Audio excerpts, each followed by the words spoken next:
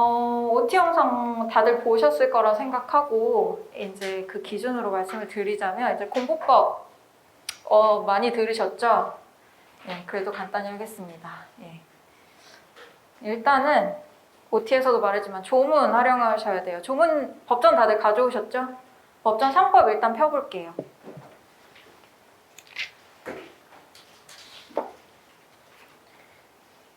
그래서 보시면 그 뭐 다들 방법론에 약간의 차이는 있으시겠지만 이제 뭐 다른 교수님들 변호사님들 다 공통적으로 말씀하시는 게 이제 목차랑 흐름을 좀 알아야 된다, 머리에 넣어놔야 된다라는 건데 똑같은 취지예요. 목차 순서랑 흐름을 알아야 되는데 그 흐름을 알아서 이제 카테고리화를 하는 거죠. 크게 큰 틀을 잡고 그 안에 이제 여기에 뭐뭐 중요쟁점이 있었지, 그리고 이제 제가 요구하는 거 거기에 더해서 그 중요쟁점이 몇 조였지 정도까지 외워보자라는 건데, 그래서 조문 펴보시면 앞에 목차 나오죠. 그래서 그 큰 위치는 머리에 넣고 있어야 돼요. 그러니까 지금 상법 같은 경우에 총칙, 상행위 있고, 너무 글씨 일자가 아닌가? 네. 회사법, 오험, 그다음에 해상, 뭐 이렇게 있잖아요. 그럼 여기 일단 뭐 이 세 개의 순서 뭐 여기까지는 아실 거예요. 그리고 어수는 따로, 법전이 따로 있죠.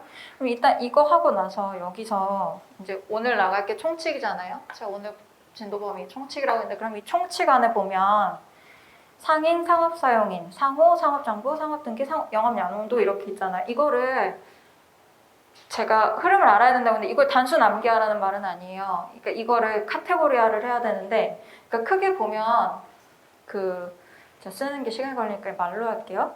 그 상인, 상업, 사용인까지가 기업의 주체, 인적 설비 부분인 거고, 그 뒤에 상호, 상업장부, 상업등기가 이제 기업의 물적 설비에 관한 내용인 거고, 7장의 영업 양도가 이제 기업을 이전하는, 좀 이전, 해산, 청산 이런 내용인 거예요.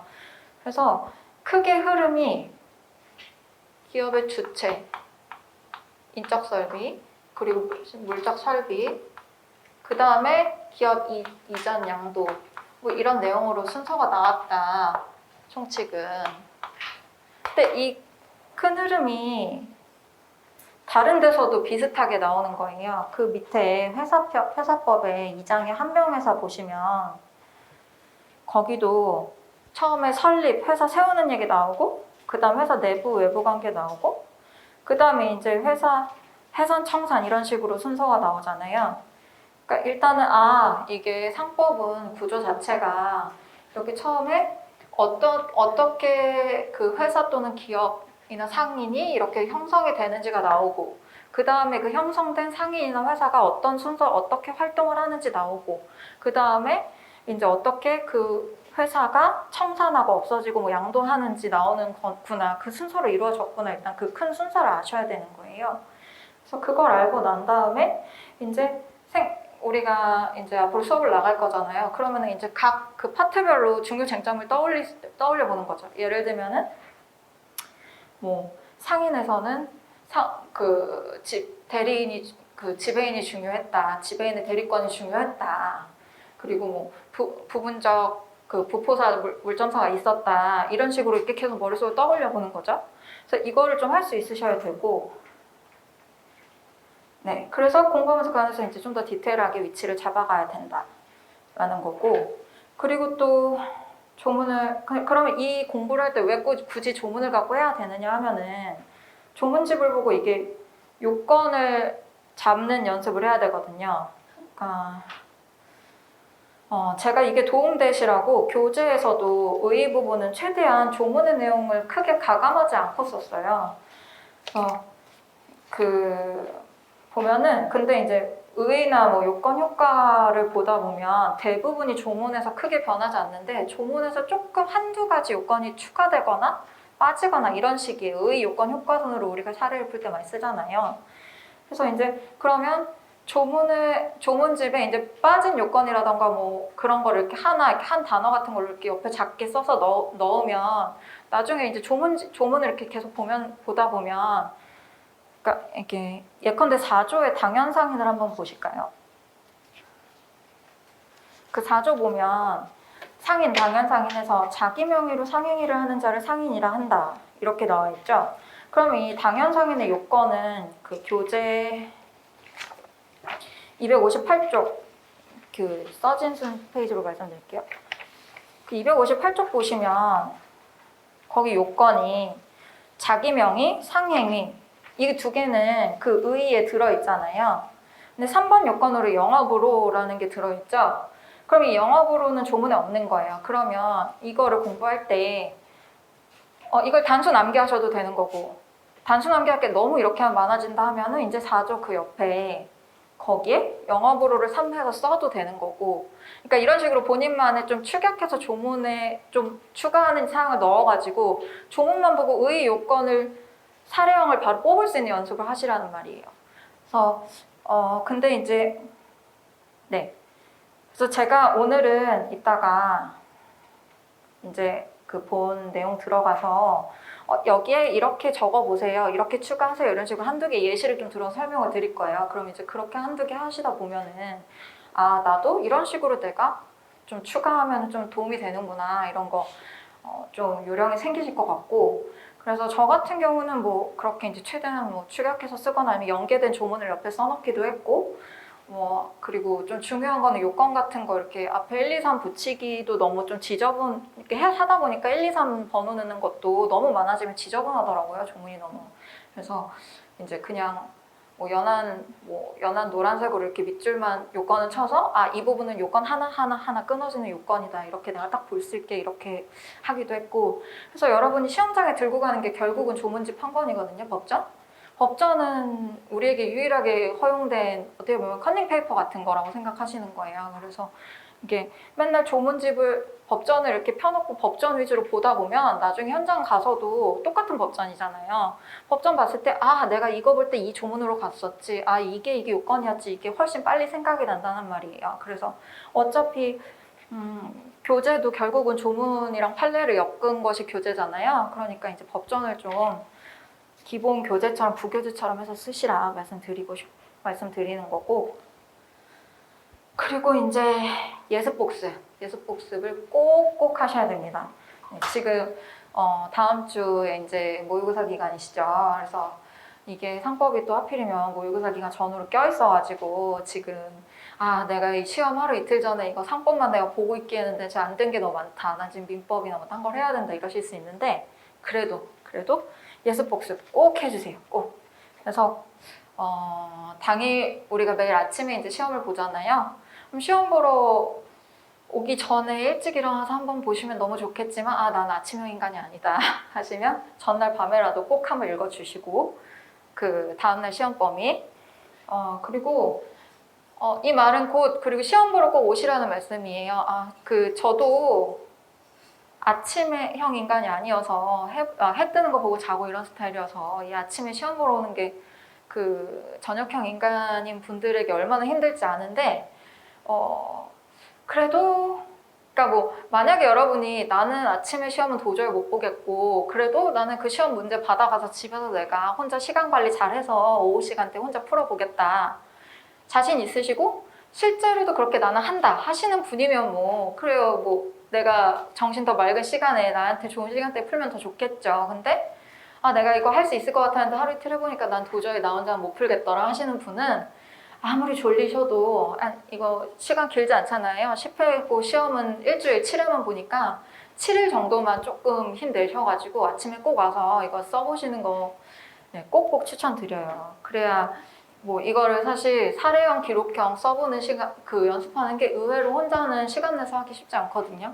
그리고 또 이게 시험을 보면 그 최고 답안이란 게 나오잖아요. 최고 답안 나오고 또 이제 첨삭도 받을 수 있고 그러니까 내가 어떤 부분이 좀 부족한지 이런 거 좀 비교해서 볼 수 있단 말이에요. 그래서 이제 좀 시험 꼭 보시라고 말씀드리고 그래서 시험 보기 전에 예습 꼭 한번 읽고 눈으로 읽으세요. 읽고 그리고 복습은 당일날 무조건 해야 된다고 저는 생각하는데 이게 또 우리 수업이 저녁 시간인 거예요. 그래서 끝나면 10시고 집에 오면 11시고 그쵸. 이게 또 힘들고 그래서 이게 저도 무조건 꼭 당일에 이거 봐야만 한다라고 말씀드리기가 조금 힘들긴 한데 그래도 저는 이제 강사들 입장에서는 당일날 무조건 눈으로라도 한 번은 꼭 복습하셔라.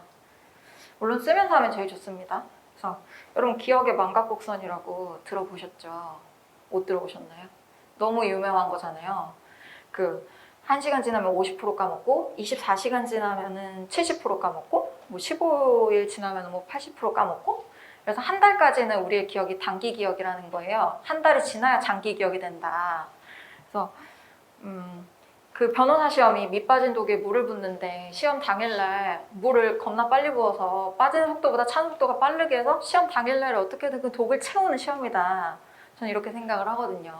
그래서 계속 우리의 이게 칠법을 다 외운다는 건 솔직히 말이 안 돼. 말이 안 되고 계속 빠진단 말이에요. 그럼 빠지는 속도보다 빨리 물을 부어야 돼. 그럼 어떻게 부어야 되냐? 이게 엄청 효율적으로 잘 부어야 된단 말이에요. 그래서 저는 이제 그 효율적으로 붓는 방법이 뭐냐 했을 때 복습이라는 거예요. 그래서 이 기억의 망각곡선을 우리가 이겨야 된다. 그래서 1시간, 1일, 1개월 이 텀으로는 최소한 다시 봐라는 거예요. 그래서 저는 추천하는 게 예습. 시험 보기 전에 아침이나 뭐 전날 밤에 한번 보고 그리고 수업 끝나고 나서 당일날 눈으로라도 꼭 한번 복습하고 그 다음날 쓰면서 복습하고 다다음날 한번 더 보고 그리고 일주일에 한 번 더 보고 이렇게 하면 최소 5번 보시거든요. 그러고 가장 좋은 거는 이제 좀 한두 달 지나서 다른 법 공부할 때 중간에 낑겨가지고 또 한 번 이렇게 훑어보고 이렇게 하면 생으로 회독 다시 하는 것보다 효율성이 진짜 10배 이상 좋아요. 10배 이상 좋고 그래서 꼭 복습을 그러니까 지금 우리 수업하잖아요. 그럼 1일차 거 내일도 복습하고 모레도 복습하면 3일차 될 때는 1, 2, 3일차 3개 복습해야겠죠? 그러니까 복습 누적 시간이 조금 늘어날 수는 있어요. 그래도 이게 3배 늘어나진 않아요. 왜냐면 이튿날 보고 3일날 볼 때는 점점 시간이 짧아지기 때문에 그리고 복습하실 때 꼭 쓰면서 하세요. 저는 그동안 살면서 쓰면서 공부를 하질 않습니다. 이런 분 되게 있으실 거예요. 제가 그랬어요. 저는 공부를 할 때 항상 딱 책에다 이렇게 밑줄 그으면서 이렇게 강사님 수업을 인강으로 전 들었으니까 들으면서 밑줄을 딱 그어. 그러면서 이렇게 속으로 생각해. 그렇지. 이해도 됐어. 외웠어.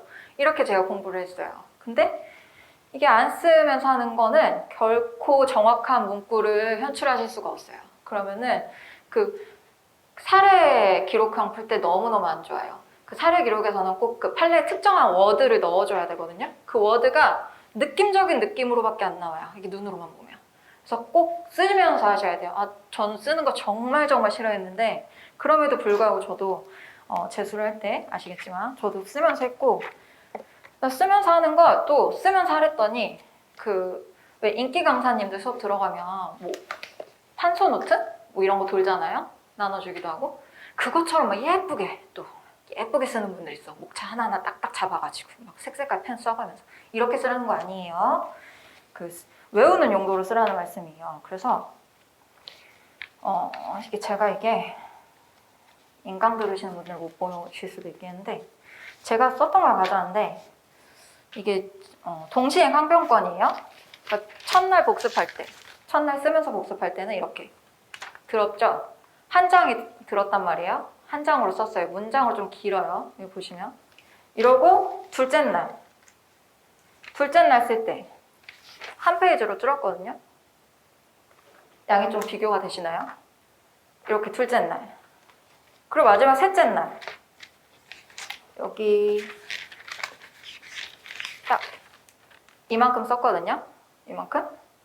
이렇게 써보시라는 거예요. 그러니까 점점 당연히 처음에는 문장으로 쓰던 게 이제 나중에는 단어 하나만으로 아니면 두 문자만으로 쓰면서 다른 부분은 머리에 떠오르니까 그렇게 쓰면서 양이 점점 줄어들겠죠. 그래서 이런 식으로 하고 이제 한 3번, 4번 써보고 나서 진짜 내게 다 됐다. 그랬을 때 이제 좀 예쁘게 써도 되죠. 그때 파이널에 한 11월, 12월에 이제 마지막 정리할 때 그때는 진짜 쓸 게 없어요. 그땐 동의항 이런 거만 4줄이면 된단 말이에요. 이 정도 썼으면. 그런 거 4줄 예쁘게 쓴 거. 그거 이제 변호사 시험장에 가져가시는 거예요. 그러면 그 시험 당일날 하나 이렇게 법 하나를 훑어보는데 그렇게 오래 걸리지 않아요.